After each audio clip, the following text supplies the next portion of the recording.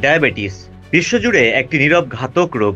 বাংলাদেশে প্রায় 1 কোটির বেশি মানুষ ডায়াবেটিসে আক্রান্ত এবং এদের অনেকেই জানেন না যে তারা আক্রান্ত, কারণ প্রাথমিক পর্যায়ে ডায়াবেটিসের লক্ষণ খুব একটা দৃশ্যমান হয় না।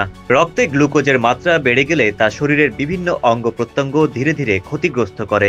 চোখে দৃষ্টি ঝাপসা হওয়া, অতিরিক্ত পিপাসা লাগা, বারবার প্রস্রাব হওয়া, ক্লান্তি ও ক্ষুধা বেড়ে যাওয়া এসবই হতে পারে ডায়াবেটিসের প্রাথমিক লক্ষণ।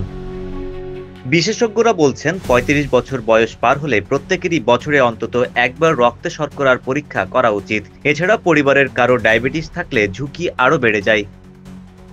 ডায়াবেটিস প্রতিরোধে যা করণীয় তার মধ্যে অন্যতম নিয়মিত হাঁটা বা হালকা ব্যায়াম, ধূমপান ত্যাগ এবং ওজন নিয়ন্ত্রণে রাখা, সতর্কতা আর জীবনযাপনে শৃঙ্খলা, এই দুটি বিষয়ই আপনাকে ডায়াবেটিসের ঝুঁকি থেকে দূরে রাখতে পারে। ডেস্ক রিপোর্ট, প্রতিফলন।